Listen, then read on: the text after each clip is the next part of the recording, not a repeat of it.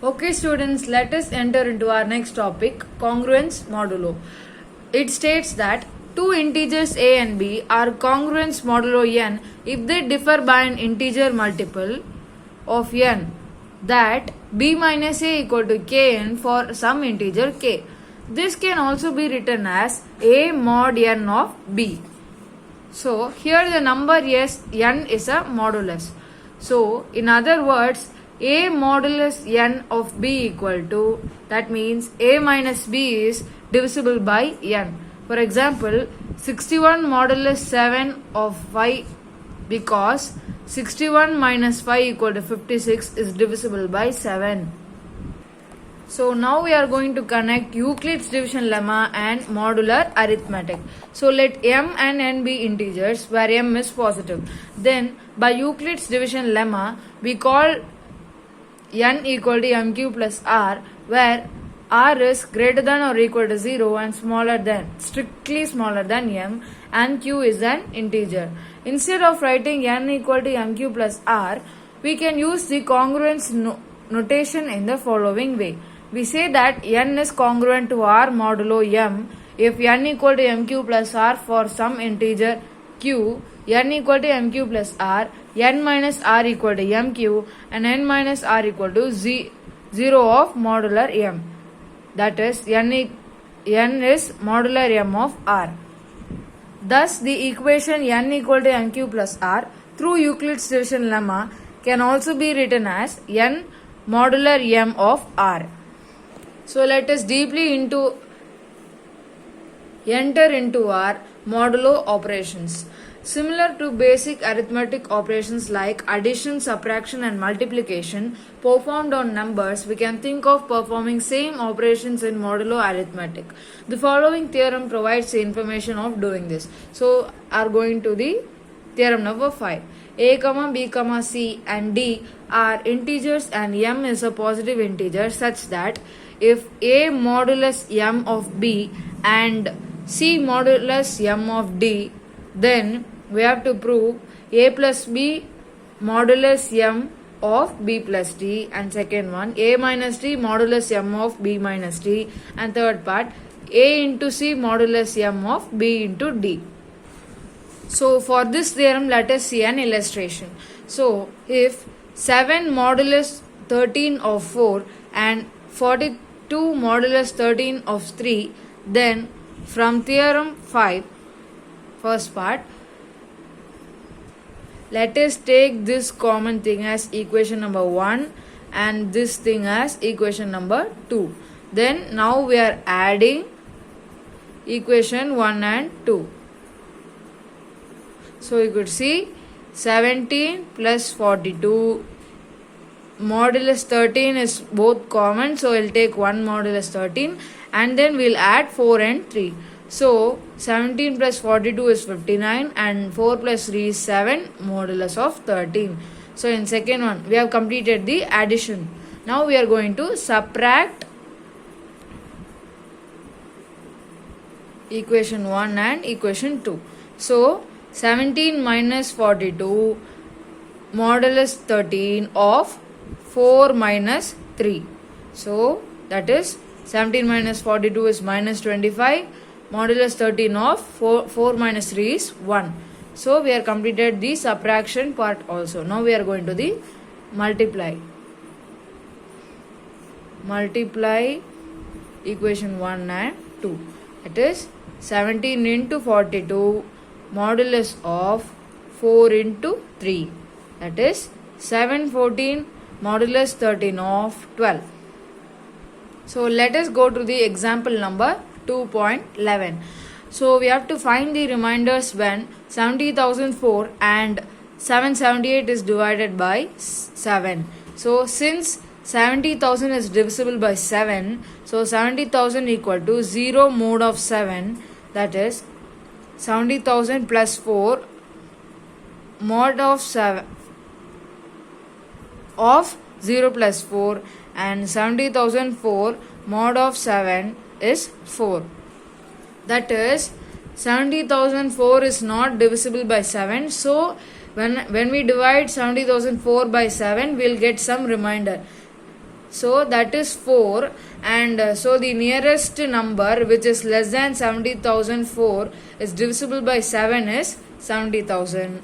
So we are taking it as 70,000, and mode of 7, the remainder is 0 here. This portion is called the remainder. This is A and this can be kept as B. So here when we add some number, we should also add this side also. So now I am going to my original number by adding 70,000 with 4. So 70,000 plus 4 modulus 7 of 0 plus 4. I am adding 4 both sides. Then I will get 70,004 modulus 7 of 4. Therefore, the remainder when 70,004 is divided by 7 is 4. Since here you can see 778 cannot be divided by 7 because 8 is a even number, but 7 is a odd number.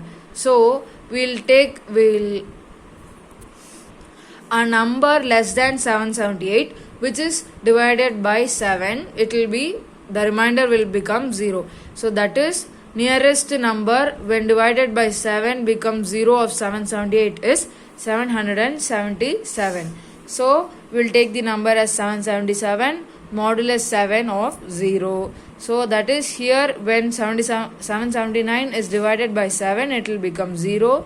So that is the remainder is 0. Then here now also we should go to the original number. So that is when we add 1 this side, we should also add 1 this side. So that is the original number is 778. So I am adding 1 here also. So I will get 1 modulus 7. That is, therefore, the remainder when 778 is divided by 7 is 1. So next we are going to the 12th example. We have to determine the value of D such that 15 modulus D is 3. So in our solution, we have to find 15 modulus D of 3 means this 3 will go take it that side, then it will become 15 minus 3 equal to K into D. That is, if a number it should be divided by D, then it should have some integer multiplied to it. We'll take dx or dk or anything. We can take anything. So I am taking K into D. That is, for some integer K. We can put any integer in the place of K and we'll balance this equation. So 15 minus 3 is 12 equal to KD, gives that D divides 12. So that is D equal to 12 by K. It is a perfect divisor. So K is divisible of 12.